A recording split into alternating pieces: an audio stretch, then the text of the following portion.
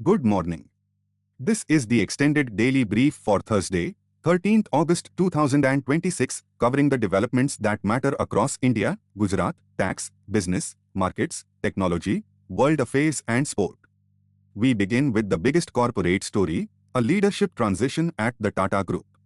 N. Chandrasekaran has said he will not seek another term as chairman of Tata Sons, with the handover expected in February 2027. The announcement has already drawn a market reaction, with several Tata Group shares moving lower. This is not an ordinary boardroom change. Tata reaches across information technology, passenger and commercial vehicles, aviation, steel, power, hotels, consumer products and India's semiconductor ambitions. A new chairman can influence where the group directs capital, how quickly it restructures difficult businesses, and how aggressively it pursues large technology and manufacturing bets. Investors will therefore watch both the succession process and the strategic message from the eventual leadership team. Elsewhere in India, legal and political developments remain active. The Bombay High Court has said that Aadhaar, PAN and voter identification, without verification, cannot by themselves be treated as conclusive proof of citizenship.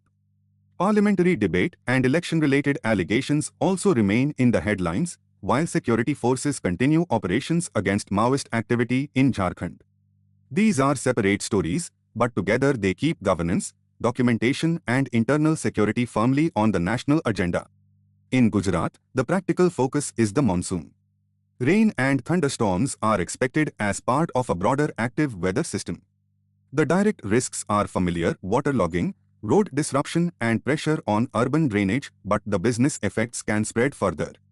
Agriculture, port-linked transport, textile activity, warehousing and factory supply chains can all lose time when intense rainfall interrupts movement. Residents and businesses should follow local warnings rather than rely only on statewide forecasts.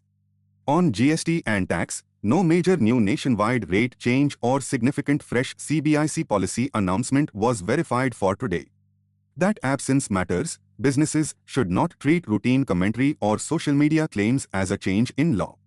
The continuing themes are compliance, litigation, audit quality and faster dispute resolution.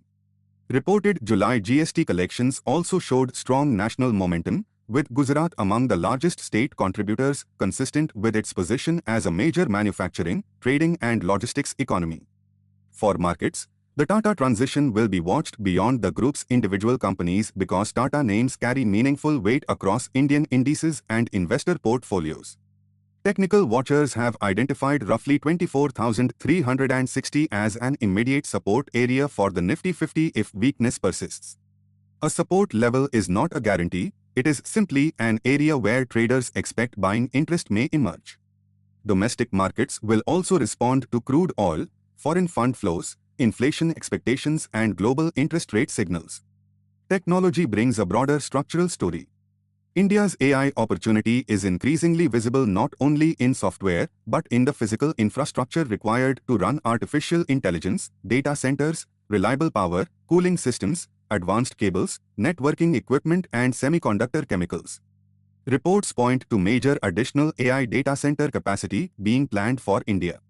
That creates potential opportunities across construction, electrical equipment and industrial suppliers, but projects still depend on power availability, financing and timely execution.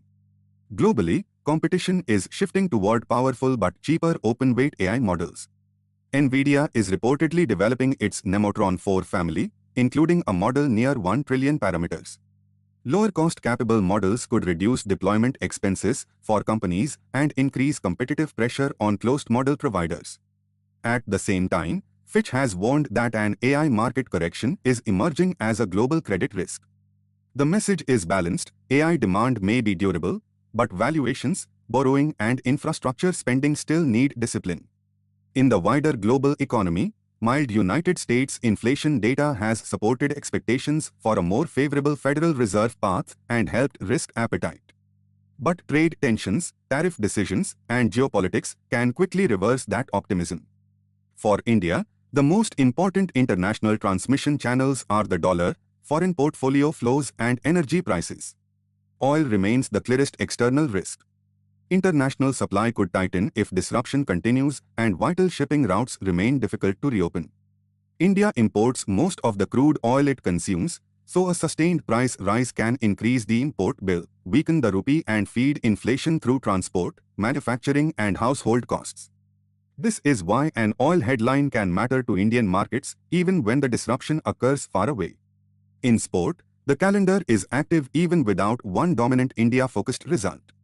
The Cincinnati Open is underway in tennis, the European Swimming Championships continue in France, the FedEx Street Jude Championship begins in golf, and international cricket fixtures remain active. The next major Indian result or selection decision could quickly move sport higher in tomorrow's briefing. The takeaway is simple.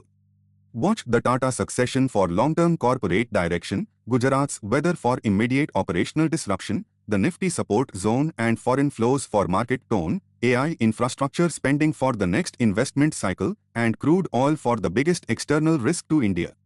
That is today's extended briefing, more context, fewer distractions, and the developments that matter.